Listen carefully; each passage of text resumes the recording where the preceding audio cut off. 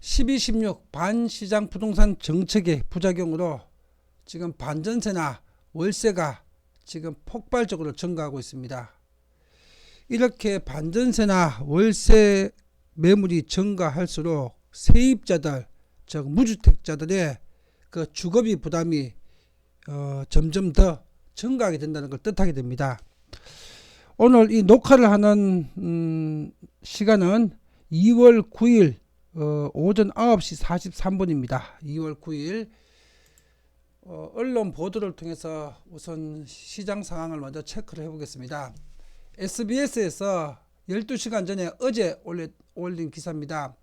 빠르게 느는 월세, 반전세, 전세값 더 오르나. 지금 월세와 반전세 매물 숫자가 급증하고 있고 전세 매물 숫자가 아주 급감을 하고 있다는 이제 기사 내용입니다. 어제자입니다. 그다음에 한국일보 어제자입니다. 강남권 반전세 열풍, 거래도 늘고 가격도 급등하고 있다. 지금 전세 매물은 급감하고 있고 반전세, 보증금을 올린 반전세 매물이 지금 급증하고 있다는 그런 기사입니다. 월세 받아 종부세 내자, 강남에 반전세가 유행하고 있다. 어제자 보도입니다. 그 다음에 뉴스원의 이틀 전 보도입니다. 늘어난 세금, 부동산 보유세가 지금 부담이 늘어났죠. 세입자에게 증가, 서울 아파트 반전세 유행. 이 보유세가 부담이 늘어난 그만큼은 월세를 받아갖고 충당을 하니까 보증금을 갖다가 2, 3억 더 올리고 2, 3억 더 올린 보증금을 월세를 받는 겁니다. 서울 아파트 반전세 가격 4년 내 최고치, 서울경제신문 어제자입니다. 보유세 인상 여파, 서울 아파트 반전세 계약 증가 어제자입니다. 또 서울경제 어제자입니다. 신축 전세값 2년 만에 1억 쑥 올랐다. 규제에 월세까지 지금 인상 러시가 벌어지고 있다. 이런 기사입니다. 어제자입니다. 그 다음에 4일 전 기사입니다. 보증금 2억 대신 월세 100만원, 전세값 안정세에 착시를 부르는 반전세. 전세 보증금은 그대로 냅두고 2억을 더 올린 걸 월세로 받아보니까 전세 보증금은 안 올린 것처럼 보이죠? 통계적으로. 지금 그 기사입니다. 그리고 4일 전에 데일리안에서 보도한 기사입니다. 2년 만에 2억 오른 전세 보증금, 이거 전부 다 반전세로 받습니다. 월세로. 그 다음에 1일 전에 더 팩트란 인터넷 언론사에서 올린 겁니다. 전세에서 반전세나 반월세로 서울의 전세살이 입주민 불안이 가중되고 있다. 이제는 월급의 50%가 아니라 7, 80%까지를 집에 그 월세나 반전세 비용을 지금 부담해야 될 그런 상황입니다. 이것이 12, 16 부동산 반시장 정책의 부작용이고 결국은 무주택자한테 아주 치명적인 주거 불안정을 지금 유발시키고 있습니다. 조선비즈에서 1월 30일 날 보도했던 내용입니다. 저금리에 보유세도 오르니 전세는 줄고 월세와 반전세가 증가할 조짐이다. 1월 30일 날 보도한 내용입니다. 1월 31일 날 서울경제TV에서 보도한 내용입니다. 대출 규제 후 폭풍, 서울의 새 아파트 반전세가 늘어나고 있다 하는 기사입니다. 그 다음에 세계일보에서 1월 31일 날 보도했던 내용입니다. 13개월 만에 약 1년이죠. 1억 올라 서울 신축 아파트 전세값 고공행진, 송파구는 2억이 올랐다. 지금 전세 가격이 폭등을 하고 있고 오른 전세 가격이 반전세로 월세로 지금 증가를 시키고 있고 또 반전세가 오르다 보니까 월세도 지금 오르고 있습니다. 다시 말해서 12, 16 부동산 대책의 지금 부작용으로 지금 전세나 월세 가격이 풍선 효과로 오르고 있는 겁니다. 여기 기사나 상세한 내용을 보겠습니다. 늘어난 세금, 세입자에게 증가, 서울 아파트 반전세 유행, 2월 7일 날 뉴스원에서 보도한 내용입니다. 자, 이 기사 내용을 보면요. 보유세 인상으로 주택 보유세 부담이 커지면서 집주인들이 세금 부담을 덜기 위해서 반전세를 선호하는 분위기입니다. 세입자 입장에서는 전세 부족으로 전세는 집을 구할 수가 없습니다. 아직 씨가 말랐습니다. 서울에서는. 그 다음에 전세 대출 제한도 강화돼서 전세를 대출을 받을 수도 없죠. 집주인이 원하는 대로 따라갈 수밖에 없는 상황이다. 이제 반전세라도 내고 들어가야 됩니다. 뭐 전세는 구할 수도 없으니까. 서울 지역 아파트 임대차 시장에서 전세에 월 임대료를 얹어서 내는 반전세 계약이 늘어나는 분위기다. 전세 물량이 적어서 임대인 우위의 시장이 지속되는 가운데 집주인들이 보유세 인상으로 늘어난 세부담을 세입자에게 떠넘기려 하면서 반전세 계약이 늘었다는 분석이다. 지금 반전세 계약이 12, 16 부동산 반시장 정책 여파로 반전세 물량이 12월 작년 10월부터 폭발적으로 증가했습니다. 그리고 지금 1월달에 약간 소강 상태인데 이제 2월 말 지나서 3월, 4월 봄 이사치 되게 되면 이게 이제 이렇게 올라갈 겁니다. 이렇게 20%대로. 지금 이 반전세가 증가하고 있다는 얘기는요. 세입자들이 소득에서 주거비로 직접 지출하는 돈이 더 증가했다는 걸 뜻합니다. 그러면 소득은 별로 늘지도 않거나 줄었는데 집 월세 부담이 더 늘어나게 되게 되면 더 소비할 돈이 없겠고 그 다음에 생활하기가 더 힘들어지겠죠. 이게 주사파 정부가 축창만 휘두르고 세금만 올리면 부동산 잡힐 거고 서민들을 위해서 부동산 경제 정의를 완성할 수 있다고 그렇게 생각한 그 반시장 정책의 결과입니다. 그 피해는 무주택 서민들이 세입자들 전부 다 떠안게 되는 겁니다. 보유세 올리고 규제 강화해서 더 못 짓게 하고 재건축 재개발 집값 오르니까 못하게 하고 하게 되니까 이게 전부 다 매매가 폭등, 전세가 폭등, 반전세 폭등, 월세 폭등으로 나타나는 겁니다. 그리고 그 부담은 집 없는 사람이 다 져야 되는 거죠. 이 기사에 댓글들 한번 보겠습니다. 국민들의 반응이죠. 예상했던 걸 재앙이만 몰랐지. 분명 저거 임기 말년에 아파트 폭등한다. 165대 12, 공감한다가 165입니다. 공감하지 않는다가 12명입니다. 10배 이상 더 많죠. 안정되었던 수도권 전역이 몇 억씩 오르면서 사상 최고가 경신 중이다. 지금 그런 상황입니다. 서울 수도권이. 전국 투기 세력 광풍이고 외국인까지 합쳐서 중국인들이 한국 부동산 또 싹쓸이하고 있습니다. 집값 포비아 상태인데 정부는 강남만 씹어지며 집값이 어느 정도 안정되어 가고 있다고 아가리를 놀린다.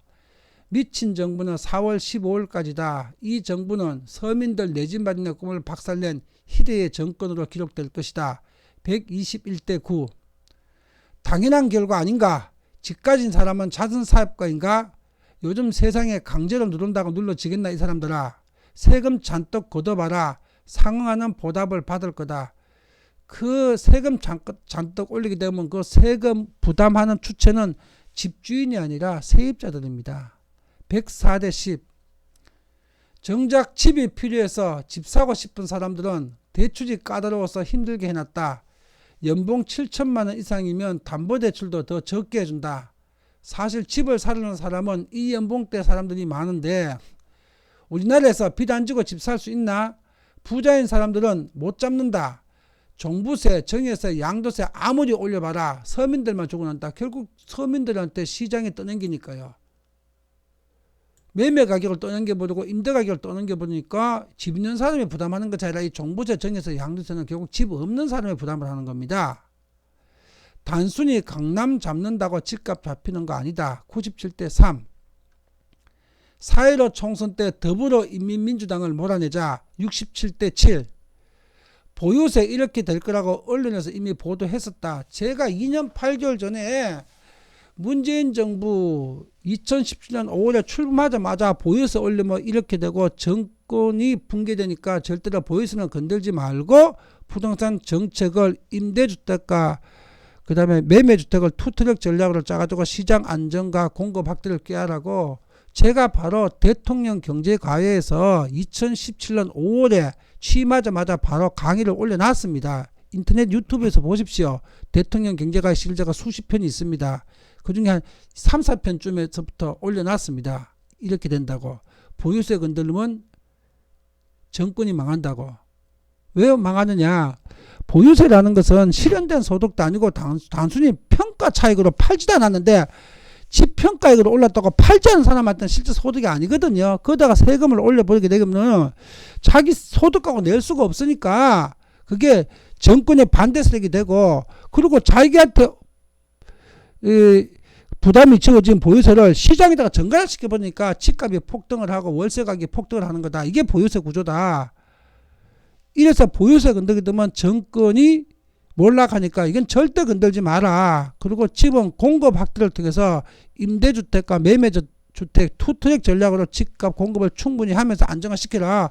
이렇게 대통령 경제과외에 2017년 5월에 올려놨습니다. 유튜브에 대통령 경제과외 명품 경제학 쳐보십시오. 실제가 수십 편 나와 있습니다. 근데 얘네들 말 안 들었습니다. 안 듣고 결국은 부동산 건드리다가 민심이 90%가 다 떠나버렸습니다.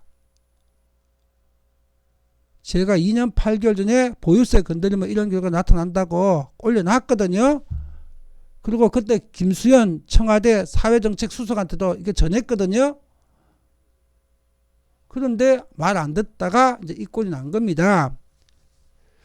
보유세로 이렇게 될 거라고 언론에서 이미 보도했었다. 뭐 보도 안 해서 경제를 조금만 알면 다 예측 가능한 일이었고, 문재인 패거지 정권은 세금을 더 거들려는 건지 아니면 집 보유자와 보유하지 않은 자를 나눠서 싸움 붙이려고 그러는 건지는 모르겠지만 정말 나쁘고 국민은 안중에도 없는 양아치들이다. 20대형. 다 그런 거 아니냐? 은행이자 오르면 그것까지도 세입자에게서 나오는 거 다 돌아가는 건데 집값 잡자고 중산층 다 잡네. 8대0.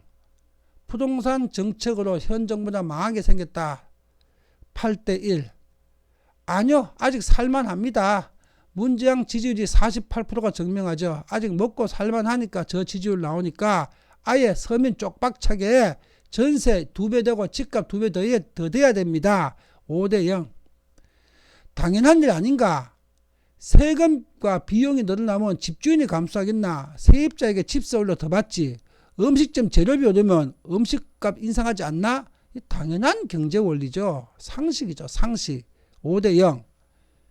자, 국민 여러분, 지금까지 문재인 정부를 지지했던 무주택자와 서민 여러분, 결국은 무주택자와 서민을 위해서 사탕 입에 하나 물려주고 현금 30만원 50만원 좀 살포해주고, 대신 여러분들은 집값이 문재인 정부 2년 8개월 동안 평균 50%가 더 폭등을 했고요. 집값이. 그리고 전세 월세를 지금부터 20% 30%를 매달 더 부담을 해야 됩니다.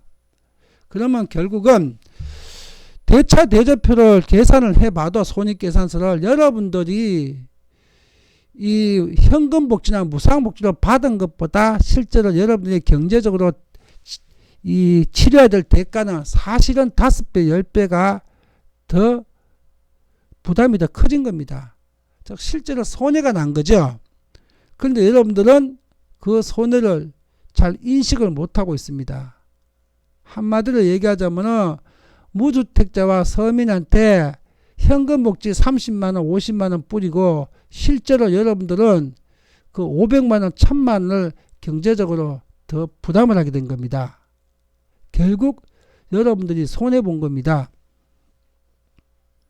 이게 좌파 정부의 문제점입니다. 그리고 그거를 아직도 깨닫지 못하고 민주당과 좌파 또 문재인을 지지하는 그 대깨문들, 입에 물려주는 사탕, 그 현금 살포해주는 현금 복지 몇 푼, 그거 빨겠다고 지지하는 사람들은 결국은 당신 입에 들어갈 그 사탕도 없이 당신을 집도 절도 없는 서울역 노숙자로 내모는 정권이 민주당 좌파 정권입니다. 여러분들이 그걸 빨리 깨닫는 순간에 여러분들은 경제적으로 그 자유를 얻게 됩니다. 그전에는 여러분들은 좌파 공산당의 사탕복지의 노예입니다. 이제는 정신을 차리십시오.